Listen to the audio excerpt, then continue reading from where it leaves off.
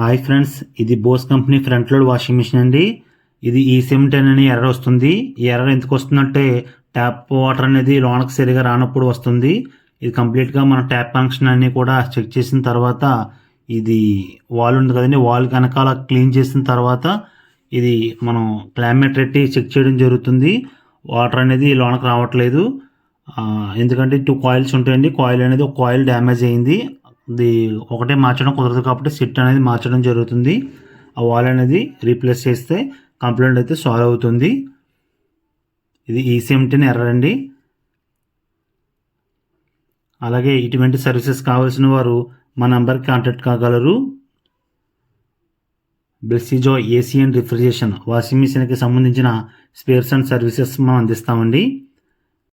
AC, fridge, washing మిషన్కి spare parts అనేది మనం యూజ్ చేయడం జరిగినప్పుడు వాటికి పార్ట్స్కి అనేది 1 year గ్యారంటీ అనేది ఇవ్వడం జరుగుతుందండి. అలాగే సర్వీసెస్ కూడా మనం అందిస్తాం. మన షాప్ అడ్రస్ వచ్చి కుత్తుకలూరు బస్ స్టాండ్ పక్కన మెయిన్ రోడ్ అండి. అలాగే మన YouTube channel Mahesh technical channel. ఇది పార్ట్ అయితే ఇన్సర్ట్ చేయడం జరిగింది, వర్క్ అయితే కంప్లీట్ అయింది. ఈ క్యాప్స్ అన్నీ మనం క్లోజ్ చేసుకున్న తర్వాత వాషింగ్ మిషన్లో ఏదైనా కాయిన్స్ అనేది ఉండిపోయినప్పుడు ఈ డ్రైన్ పంపులకు అనేది వస్తుందండి. ఇది 1 monthకి ఒకసారి కస్టమర్స్ గుర్తుపెట్టుకోండి. ఇది క్లీన్ చేసుకోవాల్సి ఉంటుంది. ఇది క్లీన్ చేసుకోవడం వల్ల వాటర్ అనేది బయటకి కొంచెం ఫ్రీగా వెళ్ళిపోతుంది.